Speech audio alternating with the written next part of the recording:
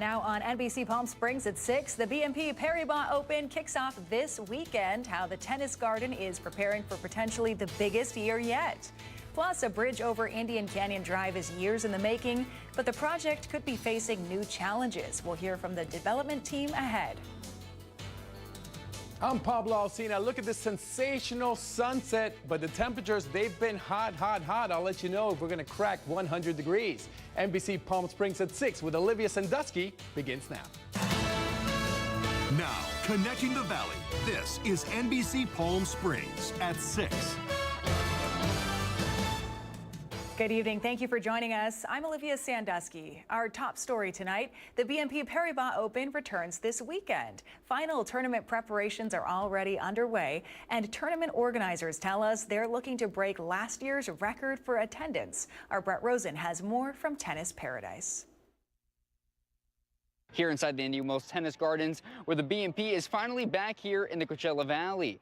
And with tennis action beginning on Sunday, it's all hands on deck for final preparations.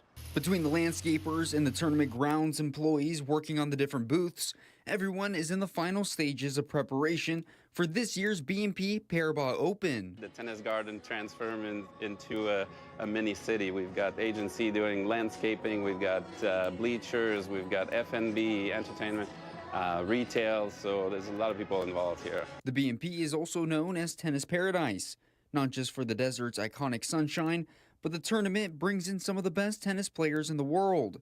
And with last year's attendance record, expectations surpassed with more than 500,000 fans. The hope is to break a new record in attendance this year. It's going to be a great year. We've got a fun experiences. We got new offering in our food and beverage. We got a new 5K run that's scheduled for tomorrow, which is new this year. We got new bands. We just keep improving year after year. Again, it's tennis is healthy and look like we're going to have some great weather and can't wait to welcome our fans. But for the marketing team here at the BNP, the plan is simple. Bring in new fan watching areas like this one, so that people that return to the BNP get a fresh taste of what it looks like. I mean, it's always nice to see something new. The thing about it is it's such a classic stadium, but if it draws a new crowd, more people, more tennis fans, then that's great. I mean, I think it's always good to keep expanding. I think every year they do something a little different, and we've actually seen crowds growing every year. And even though tennis action will begin on Sunday, doors to the Indian Wells Tennis Gardens will open up tomorrow for a free family day. Here in Indian Wells Tennis Gardens, I'm Brett Rosen, NBC Palm Springs. All right, our thanks to Brett for that. And keep in mind, traffic will be heavy in the area for the entirety of the BNP's 2-week run time. The main congestion will be at the intersection of Washington Street and Highway 111. The gates open daily at 10 a.m. Traffic builds up around 9:30, and then things pick up again at around 4:30 in the afternoon when day sessions end and those night matches begin. Traffic is moving again along Indian Canyon Drive after days of closures due to flooding, an issue expected to be resolved with the construction of a bridge over the wash. That project is years in the making, but it now may be facing some delays. Our Alondra Campos has details. After days of standing water and detours, traffic is once again flowing along Indian Canyon Drive. But for drivers who rely on this critical north-south route, the relief is temporary as extreme weather conditions have continued to shut down the road. According to local officials, Indian Canyon Drive was closed for approximately 70 to 80 days last year, cutting off a critical route for many West Valley residents. That's why the Coachella Valley Association of Governments, also known as CVAG, has been leading a years-long effort to build a bridge over the wash. We're currently finishing up the environmental phase and the design. We should have that done by this summer. The interim bridge would be 1,200 feet tall, elevated over the northern part of Indian Canyon Drive in Palm Springs, designed to prevent closures caused by flooding and blowing sand. But now, CVAG leaders say the project may be facing new challenges, with the construction phase now pushed back a year to June 2027. Well, certainly the hydrology, the flood modeling has been a challenge. We want to make sure that where we're building these improvements that we're focused on the area that floods most often. The price tag of the project has also increased from the time it was approved, a trend CVAG says can be seen across all construction projects. We initially estimated around 75 million a few years ago, and that's gone up to 100 million. And we received about 57 million from the state to date. And earlier in February, we received another 5 million from federal appropriations funding. So we're continuing to look for additional funding. For drivers who have been stranded by closures time and time again, the delays can be frustrating. Pay the extra fare to go around either to Whitewater or to Dayton. Other than that, I just feel it's ridiculous. I mean, they've let it go for so many years. However, CVAG tells us they continue working in coordination with the city of Palm Springs to move the project forward and hope to expand the construction into the western part of the valley.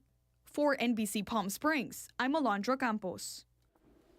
The reopening date of the Palm Desert Aquatic Center is pushed back due to equipment malfunctioning, manufacturing and delivery days that were tied to a $4 million infrastructure upgrade. The facility closed in November for replacement of old pumps, filters and heaters that were first installed in 2011. City officials say the upgrades will improve water quality and reduce service interruptions. Work in the equipment room is now expected to be finished by mid to late March, pending a system startup and inspection by the county's health department. The center will reopen in phases beginning in April, with the lap pool first, followed by the recreation pool, splash pad, and water slides later this spring. Let's go ahead and take a live look outside our Agua Caliente casino camera. Rancho Mirage, a beautiful sunset, just what we expected with the cloud out there. I'll check in with Pablo tonight. Pablo, that aquatic center needs to get up and running this week because it's the perfect time to get in the pool.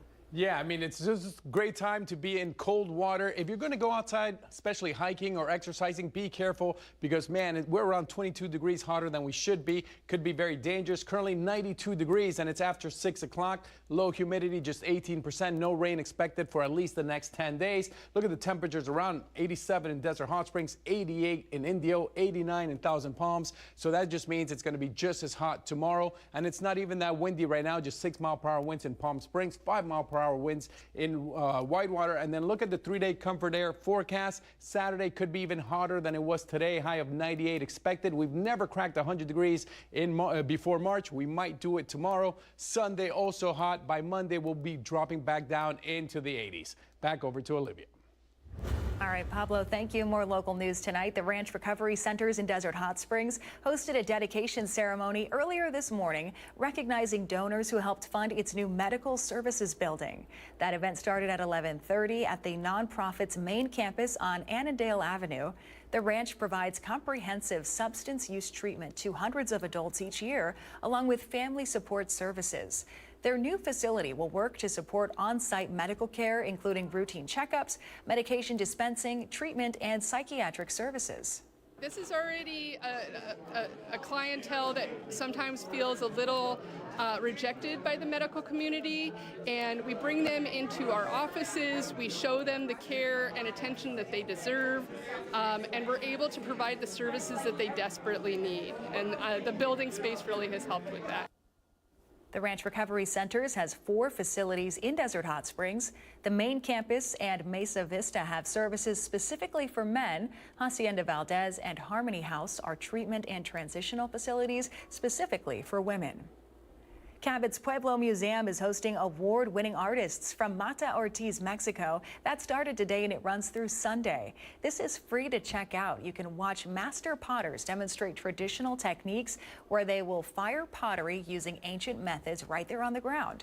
After the firing, there's a live auction where you can bid on the finished pieces.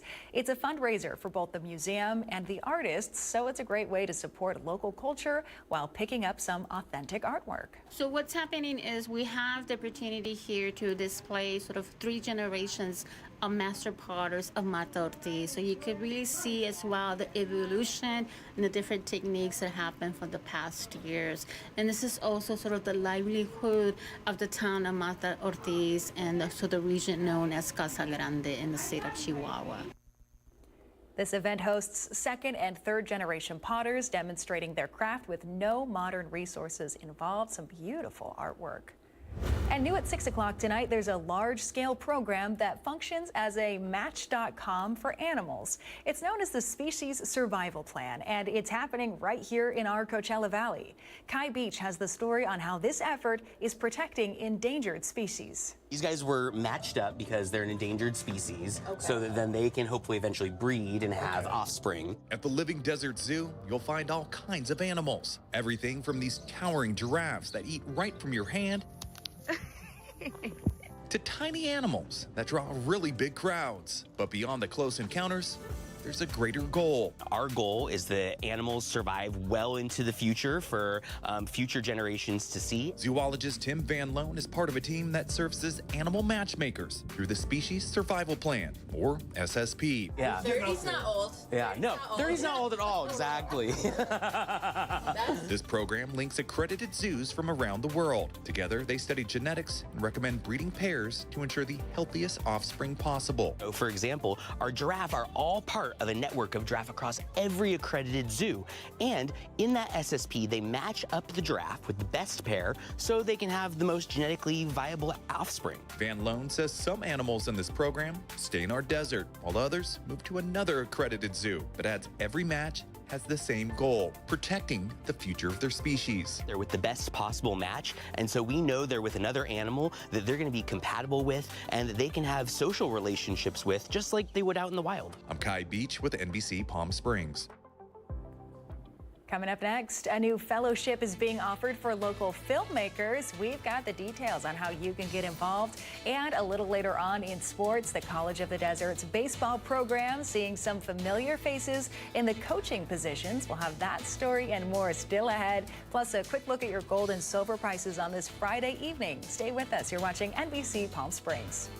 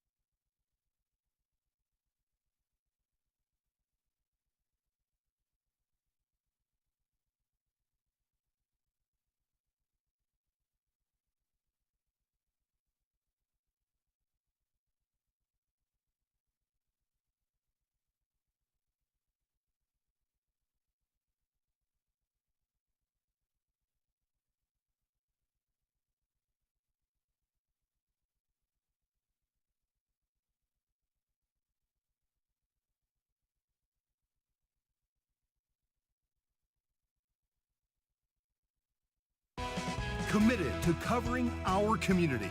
You're watching NBC Palm Springs at 6. Welcome back. Applications are now open for the Short Fest Curator Fellowship led by the Palm Springs International Film Society. Applications there will be due just a bit. The immersive program invites young adults from ages 18 to 25 to go behind the scenes of Shortfest and work closely with the festival's programming team. Fellows will gain hands-on experience in how films are selected and presented while building connections with industry professionals and learning more about the film festival landscape.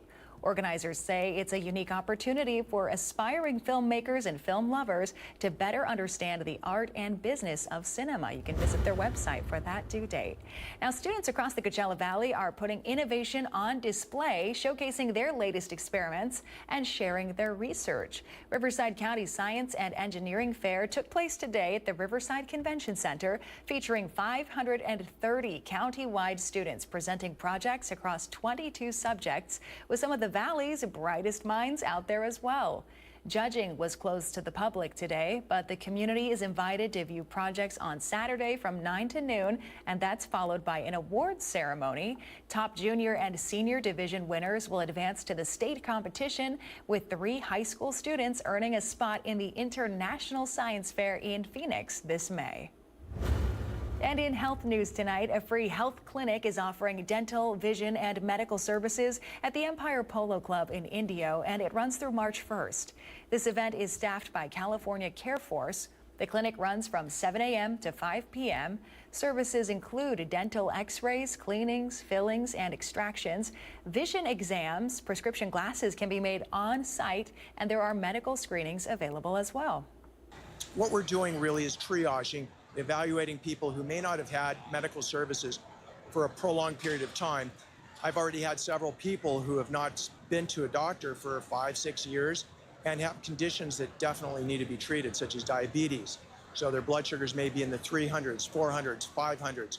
Their blood pressures may be 180 or greater, over 100, and are not taking any medications.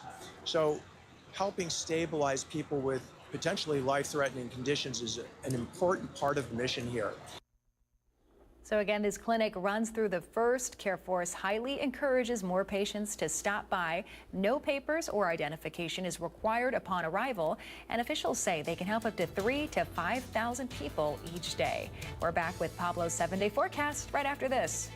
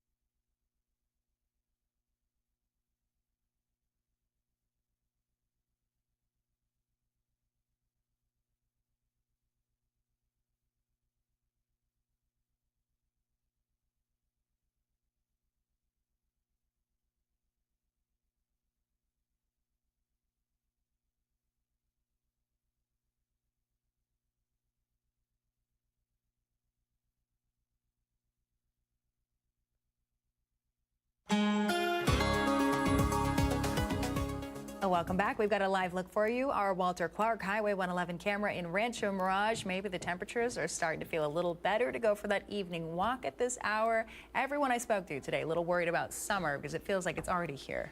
Everyone promised me when I moved here, Pablo, you're going to love January and February. It's so It's the 70s, the 80s. No, 98 degrees today. What happened to all you people telling me it's beautiful in February? But look at this, between 95 and 99. Although I love living in Palm Springs and Palm Desert, just absolutely love it. But yes, it's hot. Between 95 and 99 for Friday, nearly cracked 100. Did we come close? Almost. 97, the record 99, so just 2 degrees shy of the record. We should be at 75 degrees. That's what everyone was telling me. 75 in January and February. No, not so much. Well, look at this. We're the hottest in the Southwest, and by a lot. Yuma came close at 95, but we are still the hottest. But look at other temperatures. In Mecca, 105 degrees registered. Palm Desert, 99. Indio, 97. So it's definitely been toasty. Hasn't been that windy. Whitewater on Sunday will be windy, between 30 and 39 mile-per-hour winds. Desert Hot Springs, not so windy, but on Sunday, they're going to pick up some. And be careful, the air with all the dust in there isn't that healthy.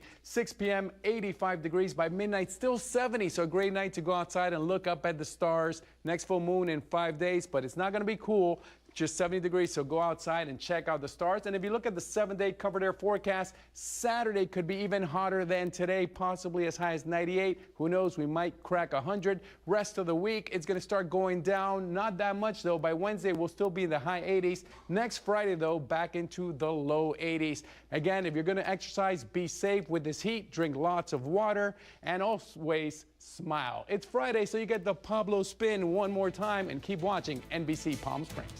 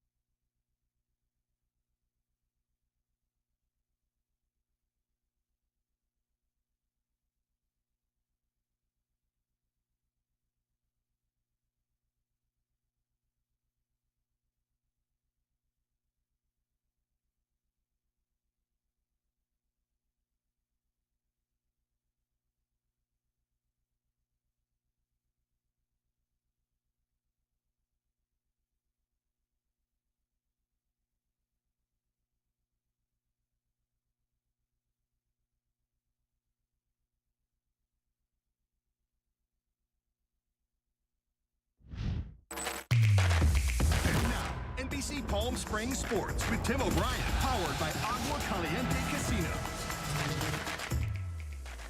Well, welcome back. All good things must come to an end, and that's what happened in the hockey world today. It's also the business of professional sports. Forward Ty Cartier claimed off waivers today by the New York Rangers. Cartier placed on waivers yesterday by the Kraken. The 24-year-old has 3 goals and 5 assists on the season. He'll look to slide right into the Rangers' top 6 as early as this weekend. And the Firebirds back in action Saturday night for Cancer Awareness Night. The team will take the ice and honor those who have died or continue to battle this awful disease. It's a big game for sure in the standings. The Firebirds welcome in the Bakersfield Condors, who are a few points ahead of the Firebirds in the standings. Puck drop at 6 with coverage beginning at 5:30 on Hockey Night, Coachella Valley on My Firebirds TV. Meanwhile, the College of the Desert baseball team off to yet another hot start, currently sitting at 10-4 on the season and first place in their conference. But the success of the team is thanks in huge part to the former COD athletes who are now serving as coaches in the program. So I played here in 2023. It was a year after they won the conference. I got to play third base, shortstop. I wasn't a pitcher at the moment, but I ended up becoming a pitcher at the next level. For assistant coach Ricardo Amavisca, the Roadrunner program is home. The Coachella Valley native went from Indio High School to playing at College of the Desert, and now back in the dugout, this time as a coach. He's not alone. Assistant coaches Brian Perry and Dalton Thomas also once suited up for the Roadrunners, part of the 2022-2023 Conference Championship team. Honestly, I just want to give back to the community, give back to the players. I got to learn a lot about baseball throughout my career, and I just want to give back to the community and give back to the players and help them get to the next level. Amavisca says COD is one of the top programs in the state, sending players to four-year schools every season. And with former players now leading the way, the Roadrunner culture continues to build from one generation to the next. With NBC Palm Springs, I'm Caitlin Kelly. Now the Roadrunners will make that 3-hour drive up to Ridgecrest this weekend, where they hope to extend that record to 11-4 against Saracoso. And of course, to stay up to date on the latest sports headlines, you can do so right here. Just visit our website, NBCPalmSprings.com. That'll do it in sports. I'm Tim O'Brien. And now the Agua Caliente Entertainment Report, brought to you by Agua Caliente Casinos. Netflix has declined to raise its offer after the Warner Brothers Discovery Board determined that Paramount has submitted a, quote, superior offer. In a statement, the CEOs of Netflix said the deal is, quote, no longer financially attractive. That means Paramount has suddenly moved much closer to taking over all of the assets owned by WBD. Paramount announced earlier this week that it raised its offer for all of WBD to $31 a share. It also attached several deal sweeteners that appealed to the board, including a $7 billion regulatory termination fee. More news right after this break. Stay with us.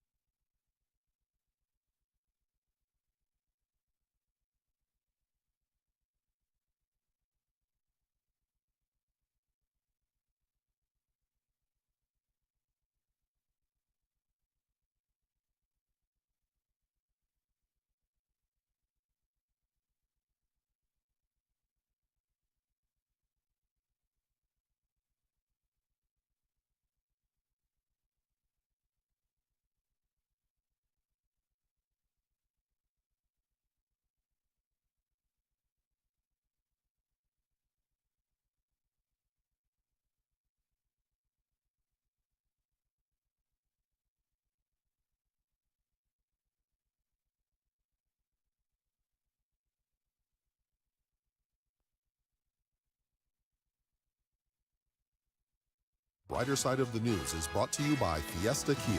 Discover the all-new Fiesta Kia located in the I-10 Auto Mall. Before we go, we have a live look from Big Bear tonight because we have exciting news. Jackie has just laid the second egg in her new clutch. So this is 4 eggs now on the year for Jackie. She laid the first 2 that were destroyed by ravens, and then a few weeks later, we've got this second clutch. They're 3 days apart, each egg. So if she is to lay a third this time around, it would be on Monday most likely. So we'll be keeping an eye on it, but looks like she's tucked in for the night, safe and sound, and we are really hoping these ones go a little better than the last round. I know nothing. How long does it take for them to hatch? It's about 35 days. Ooh, come on. We got about a month. Ravens, stay away. Of stress. More news at 11 o'clock tonight.